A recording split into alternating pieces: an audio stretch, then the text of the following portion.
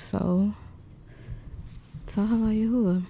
This is the first, it's the first ZMR, my Candid Wisdom. So, I started this like, I want to say maybe about 2 years ago.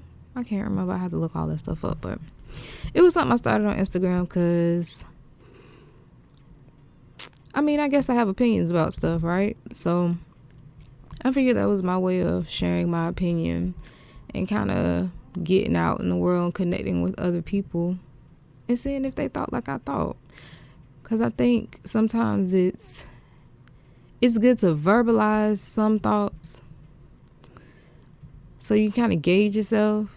When you're around the right people, you kind of gauge your thoughts and be like, hey, am I thinking along the right wavelength, however you say it. So that was my way of doing that and kind of reaching out to people and connecting. And my thing I would always say is let's grow together, because that's what life is about, right? Growing, getting better, mastering that which is presented to us, no matter what it is, understanding the lesson in things. So yeah, so I would always start off with hello, howdy, and how do you do? So that is. It is your cool wisdom Simone, and this is my Candid Wisdom. So my goal with this whole thing is not necessarily just be on here like running my mouth, because anybody could do that, but my goal is to, like I said, for us to be able to grow together. I'm not here because I have all the answers. I'm actually here because I have quite a few questions. The more I allow myself to, I guess you could say, experience, or the people I put myself around, it gives me more of a desire to kind of understand certain things, like things that I understood on a surface level, but just deeper. So like the whole thing is just to learn more in that aspect, and then also share experiences that I've had in my life and just how they are in relation to like overall people that look like us, what I would like to call melanin dominant individuals, because everybody have melanin, but we're obvious, we got a healthy dose of it. So individuals that look like us, or like me, I don't want to say us, I apologize, because when it comes to the overall good welfare, or however you want to say it, the benefit of melanated individuals aren't the only ones rooting for melanated individuals. Just like melanated individuals, or I guess melanin recessive individuals, aren't the only ones rooting for our demise or agreeing to our oppression. So not exclusive to that, but my experience would only be exclusive to that, because spoiler alert, that's what I am. I'm a melanin dominant female. And although I cannot say that I enjoy some of the disadvantages that I now see being older, I am very proud of being a melanin dominant so-called black, all these other random labels that are given to us individual, because in the things that I've had to endure, I think that it's made me quite a strong person in some aspects. So I care to share that so that we can grow together, like experiences, things of that nature, yada yada, so on, so forth. So the goal tonight was to talk about a conversation, not necessarily specifically that conversation, but just the topic of conversation, and share my thoughts on that and my experience. So one of my Akeem had a conversation about who was to blame when it came to drugs in the community. Was it the drug dealer themselves, or was it the government? And in that conversation, one side was the government, because the government basically sets up the environment for it to be somewhat of an inevitable choice of profession among individuals that have been impoverished by other conditions that have also been caused by the government. The opposing side was, well, it's the dope dealers' fault because they shouldn't pick up the dope. They should have a mind enough within themselves to realize the destruction of it, and they should have a good enough whatever about themselves to be like, yeah, that's not what I want to do. So they were sharing that experience with me. And I told them I agreed with the government, although I also agreed with the aspect of the dealer themselves. That of course you have responsibility for your own actions, especially if you're aware of what you're doing. Your reasoning can be justifiable depending on who your jury is as far as who's hearing out your case. But if it's destruction, it's destruction. I mean, that's simple as that. But on a grand scale, as I would like to say, when you get to the bottom of the pot of the situation is, this is an environment that has been set up to be a trap. Although you can say, yeah, the person should have made a better choice. I mean, what better choices were offered to the person to make? So, they were kind of like, well, what's your background? Like how you grew up. It was more so like, what space you got to be able to say that? So, like me, I grew up in a 2-parent home, but it was broken. It was very dysfunctional.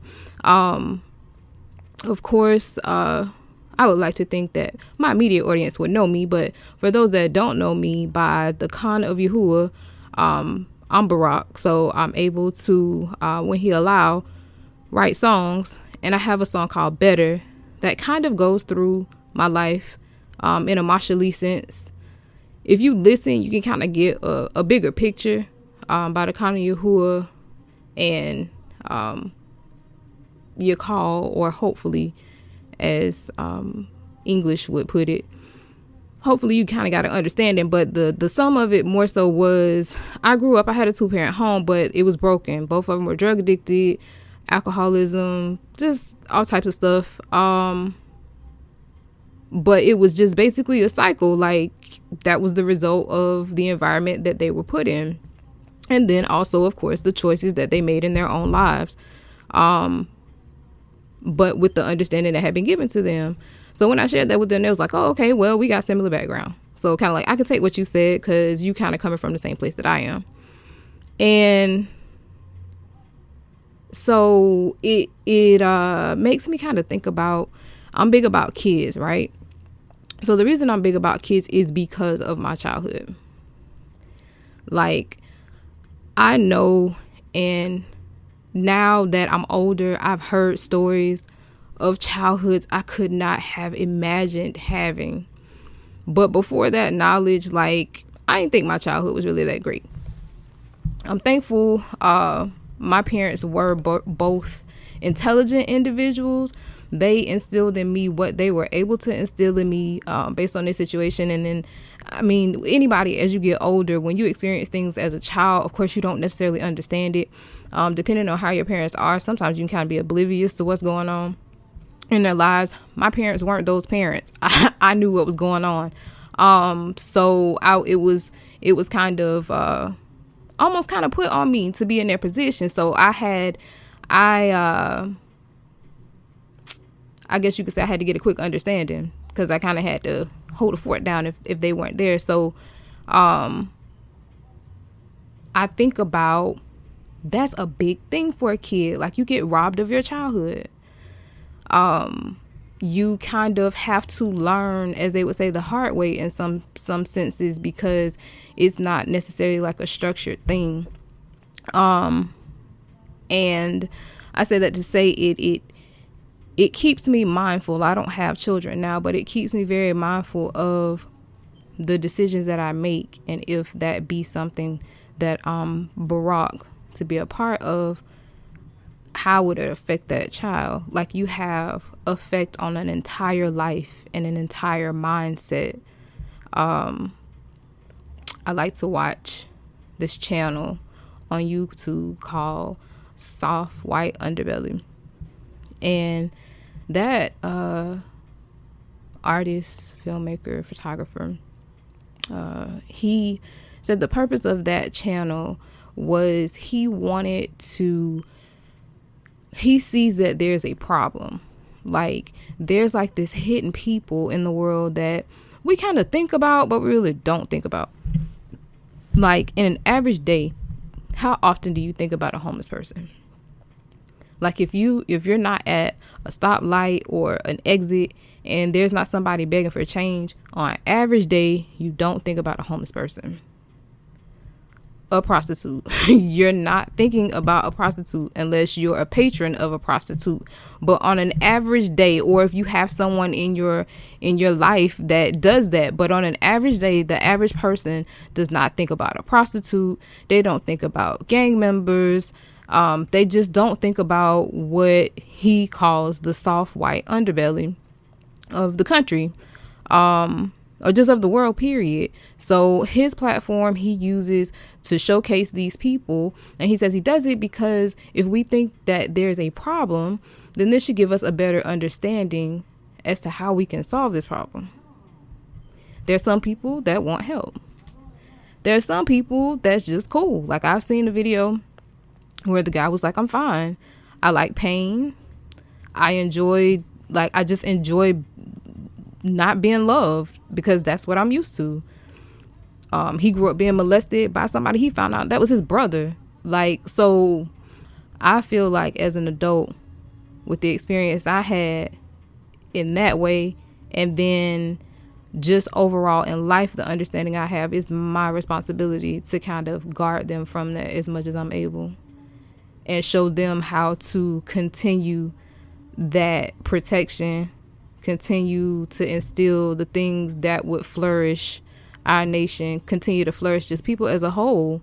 Because I don't think there's a lot of that.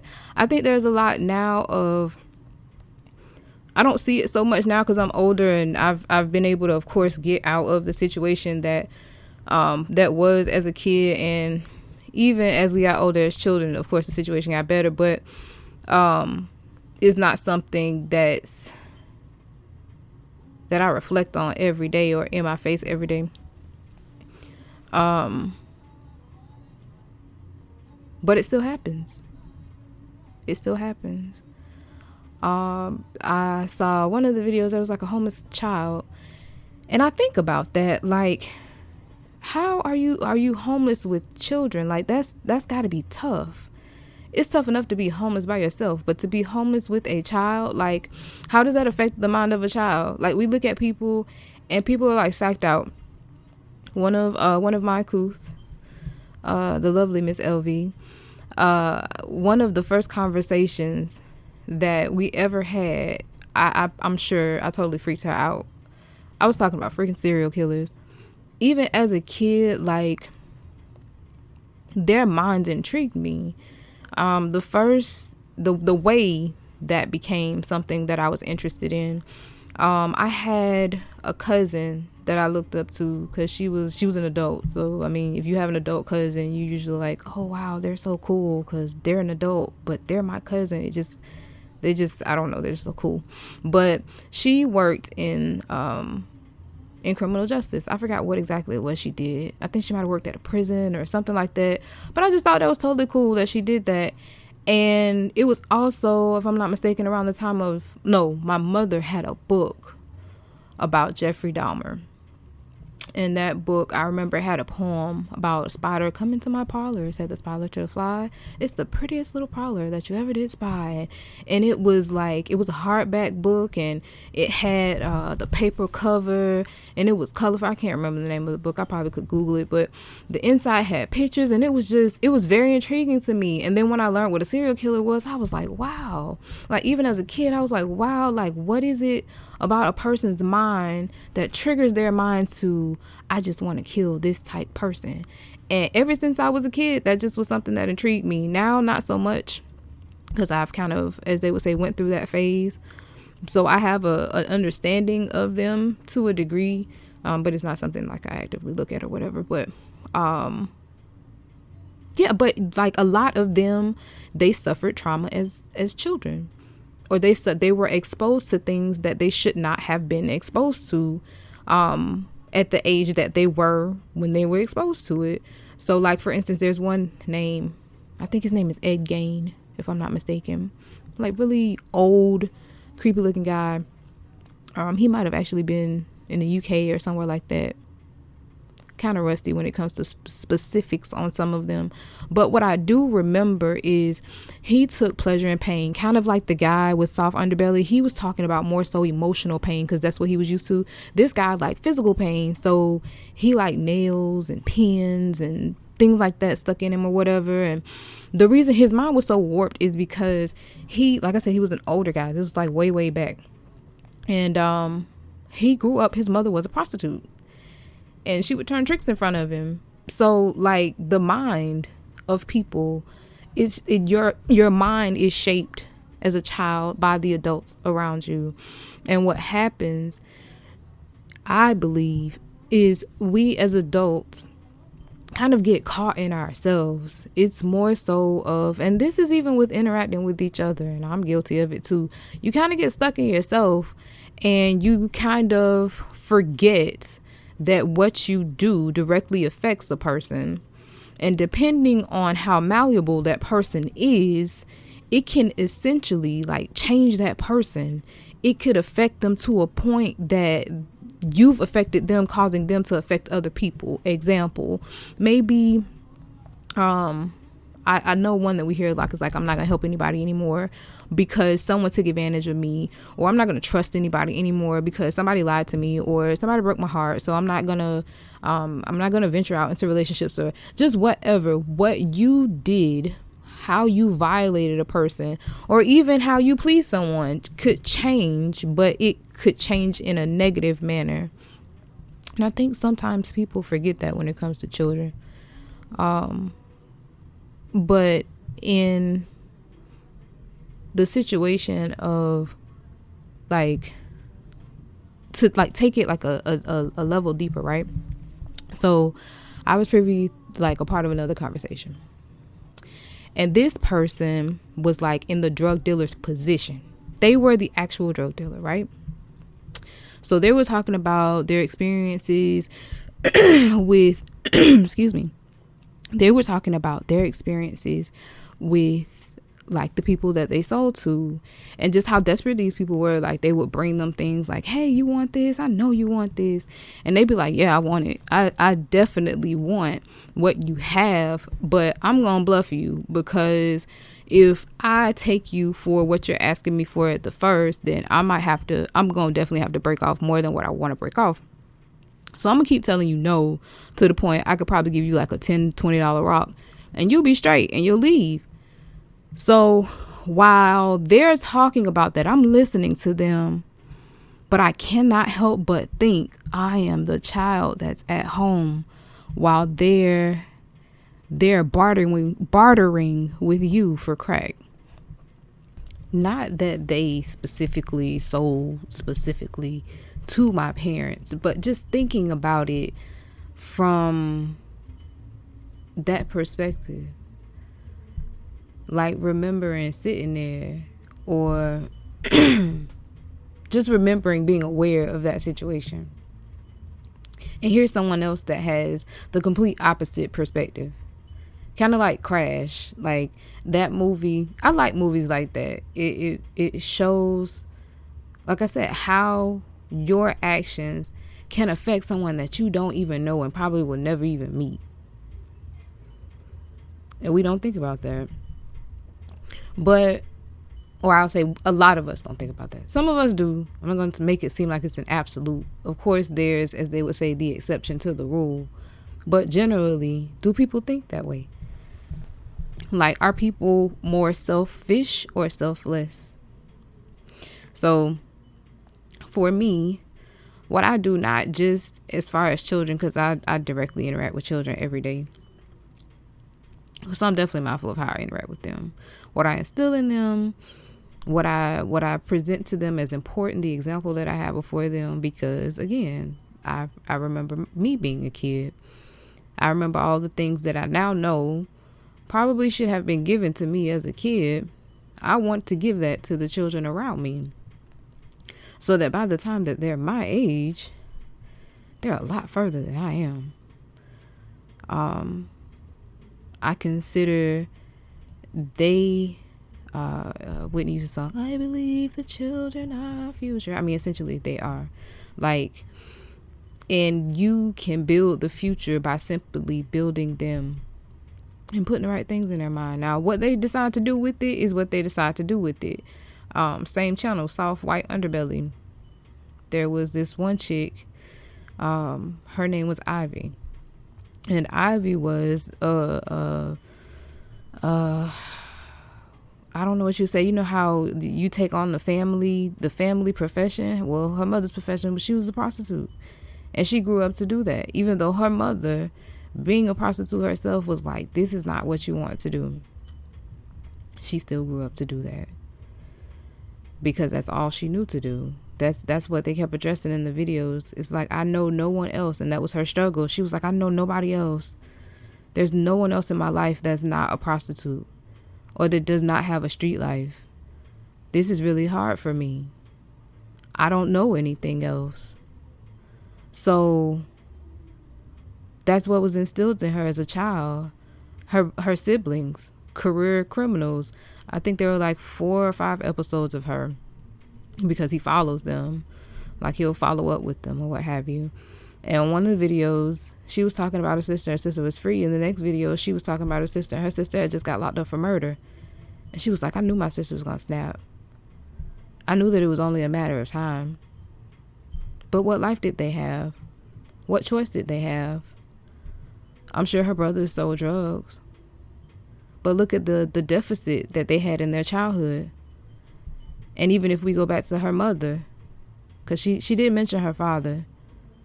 So I'm sure in those situations, the father is usually absent or fly by night. The information that they needed, the help that they needed to break that cycle, it wasn't broken. They were stuck. What better choice were they offered? So in the sense of who's responsible, is it the government or is it the individual drug dealer? As I said earlier, we could put, I think, reasonable amount of blame on either side, but at the end of the day, for the difference to occur, we have the power within ourselves to first make changes within ourselves and then make sure that we instill that change in the future within our children. We show them, sometimes simply just by being us, because you can tell somebody something all day. Kids are very observant. I hop kids. I hop kids because they're honest. They haven't had the experiences that we've had, or they haven't bumped into the walls that we've bumped into. So you can get unadulterated honesty out of them. They're very, some of them are very absorbent, very eager to learn, very, very easy to catch things. So what better way to change the world we live in by instilling in our children and being mindful of ourselves, so that they not only take heed to what we say, but they see us do and see the benefits of us doing. And then they themselves want to also do, even if they see some bumps along the way, or maybe bump their head along the way. They still have a landmark to look at. I think it's a very valuable thing to have a strong structured family. The benefit of it is just freaking amazing. You get a complete balance. You got a strong man leading, a woman with a strong mind and some sense, cultivating and guiding that. You got a kid. What a force. So that's what I consider. And I considered that with that conversation. And I can't remember what happened the other day, because I've been going back and forth about whether or not I'm going to do this, and kind of shy about it. If you know me, I mean, I'm like, I don't know. I told another one of my Akeem, I would tell them I'm an introvert. Like, you're not an introvert. You talk to people. I see you talk to people. I'm like, I'm really an introvert. I do like to talk to people. If you like me, if I see you like me and I like you too, I'm going to talk. Depending on how much I like or how comfortable I guess I feel with you, you might actually get to see my weird side. Like, because my childhood, like, I'm going to enjoy my life. I had to be an adult when I was a kid to a degree. By the kind of Yahuwah, I am not in that situation anymore. I'm not where I want to be, but I am very, very thankful for where I am. And even though daily challenges are presented to me, whether they be ongoing challenges that I continue to grow and battle and overcome, or just day-to-day challenges, quizzes, what I would like to call, I used to call them growing days. My Big Cookie, shout out to Big Cookie. He asked me one day, how are you doing, or something to that effect. And I was like, man, today is a growing day. And my definition of a growing day was, I'll say was, because I like what he said. My definition of a growing day is just, as Monica said, with just one of those days. And it has nothing to do with menstrual or hormones, or maybe it might have something to do with hormones. I don't know. But it's just one of those days where it's just like, are you serious? And those days, I've learned to do two things. One, as much as I'm able to, nothing at all. Because if I do things sometimes, it's probably going to be the wrong thing. Because it's one of those days. And then the second thing is just consider. I consider and I try to figure what I'm supposed to learn on that day. Because even though we learn every day, you should learn something, I think, every day. Even if it's something small, I think something should be added to you every day. But on those days, it's like, okay, let me dig into me. Because I am about to lose my mind. Up in here. It is finna be serious. And I know the effect of serious is even more serious. And I ain't that bad. So let me calm down. There is something that I'm supposed to be learning in this. There is something for me to overcome in this. And I can be better. But his rebuttal to me was, every day is a growing day. It's just some days you feel it more than others. I was like, that's totally dope. And so I appreciated that. That was something that he said that changed how I look at things. Because I just looked at it as that was a growing day. When in actuality, y'all permit, I should be growing every day. Just that day, maybe I got a little bit more to push through. So I remember what it was now, as far as what I was going through. It was more so of a frustration of just the overall system, right? And just how the system has been set up to basically suffocate us in a sense, or retard our growth. It's done a great job of that. Not on an overall scale, because of course we have many successful, quote unquote, Black individuals, but not so successful to the point where it's delivered us as a people to where we have our own thriving economy, protection, like general government nature issue type structure. We are still dependent on people that basically tolerate us, if you can really even say that. So what I considered was something that Sharath Bostic said. And I considered it first, and then I remember he said it. I thought to myself, how empowering would it be if we had a clear understanding of our individual lineage? If you knew what your people's, like I said, Ivy's, her family profession was prostitution. What was my lineage's family profession? What were we known for? Were we a people of strength? Like, generally when black people, quote unquote black people, account or like to recall history, everyone says, oh, we were a strong people. I agree. Overall, you have to be a strong, resilient person to endure what we've endured. The people that issue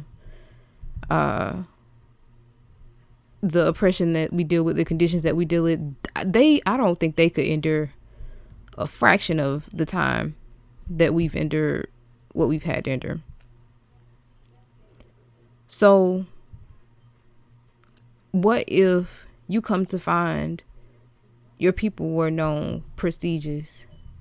What if you came to find your people were known to just not necessarily even have a reputation, but more so leaning toward the side of you had a strong people and all of that was robbed of you?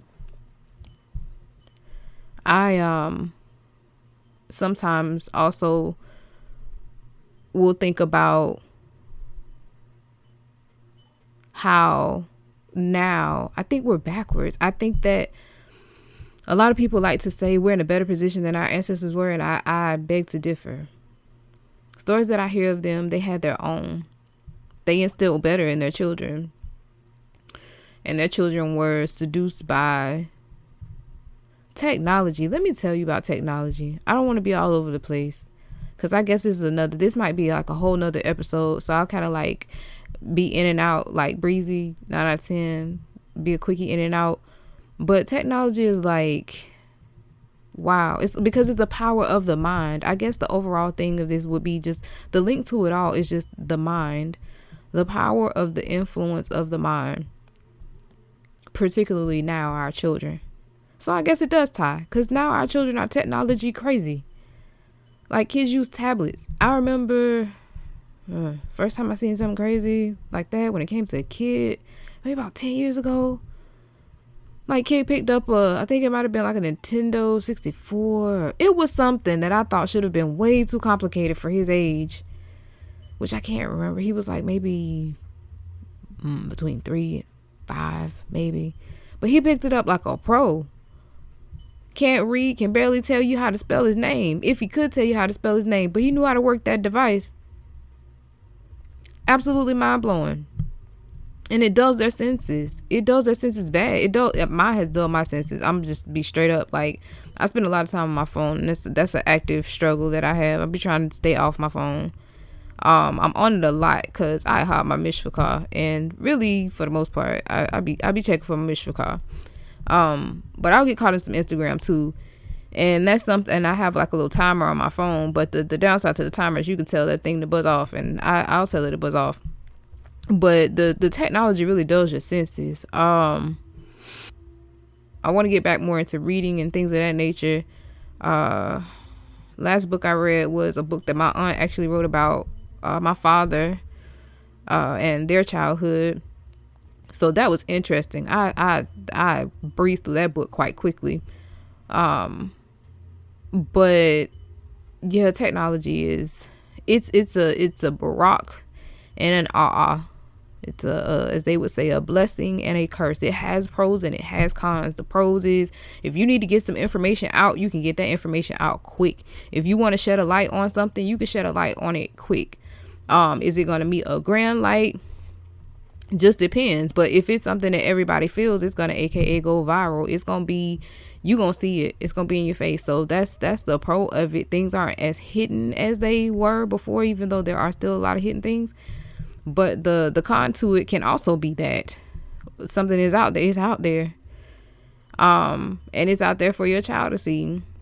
If you're a parent that trusts your kid with a device and no supervision, and you think that that's cool, you have put the world in your kid's hand. I can't preach, but I mean, it's the reason we ain't supposed to have everything.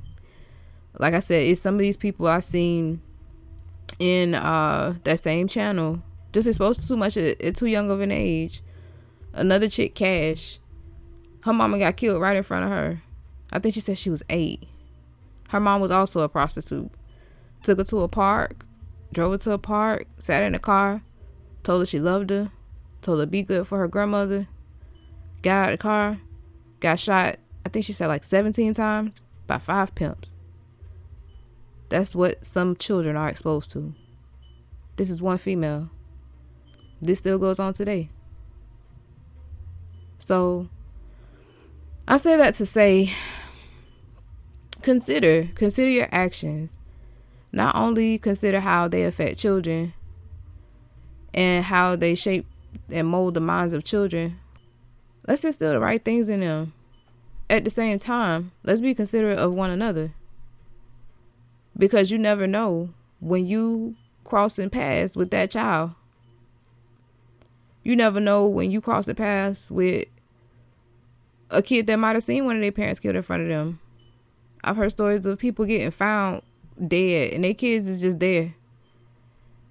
How did that affect that kid's mind? And who did they grow up to be? Let's just consider each other.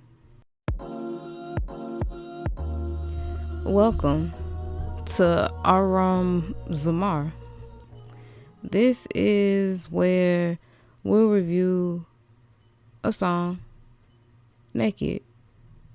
No instrumental. Just a song that puts a cap on what we discussed, what we considered. And yeah, here go some Zamar. Tonight, we are going to review a song called Aykah.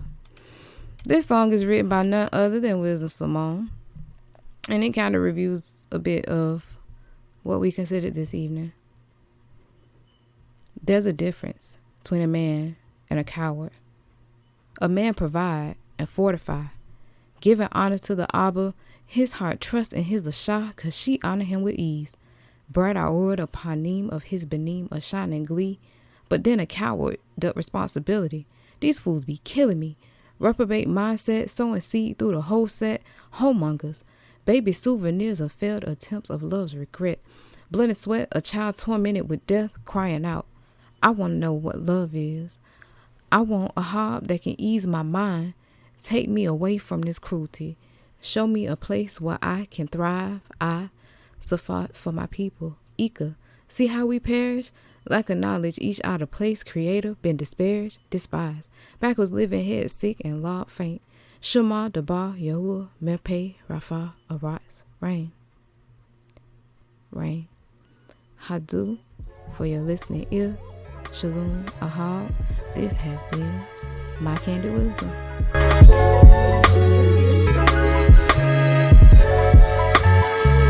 Okay. There's a difference between a man and a coward. A man provide and fortify, giving honor to the Abba, his heart trust in his Ashah, cause she honor him with ease. Bright our aura, the panim of his beneath, a shining glee. But then a coward, the responsibility. These fools be killing me. Reprobate mindset, sowing seed through the whole set. Homemongers, baby souvenirs of failed attempts of love, regret. Blood and sweat, a child tormented with death, crying out, I wanna know what love is. I wanna have that can ease my mind. Take me away from this cruelty. Show me a place where I can thrive. So for my people, Aykah, see how we perish. Like a knowledge, each out of place, creative and disparaged, despised. Backwards living, head sick and law faint. Shemin, the Bayahu, Merpeh, Rapha, Aratz, rain. Merpeh, Rapha, Aratz, rain. Yahuwah Merpeh, Rapha, Aratz, rain. Merpeh, Rapha, Aratz, rain. Shemada Yahuwah Merpeh, Rapha, Aratz, rain. There's a difference between a man and a coward. A man provide and fortify, Giving honor to the Abba, his heart trusting his Asha, cause she honor him with ease. Bright all over the panim of his Benita, shining clear, who will please. So they prosper, so they got to see. Double dogs to call, they consider they Elohim. Ama Katan, Lava Bomb is healing in his wings. Love his wife, he treat her right every morning. Her soul sing for Elohim. So glad I know what love is. I got a heart that can ease my mind. Mirror of Yah, he's a true friend. I got a place where I can So provide. for my people, Aykah, see how we perish. Like analogy, shot a place creative and disparaged, despised. Backwards living, head sick and law faint. Shaman, the Bayaua, man pain, Rafa, Arat's rain. Man pain, Rafa, Arat's rain. Shaman, the Bayaua, man pain, Rafa, Arat's rain. Man pain, Rafa, Arat's rain.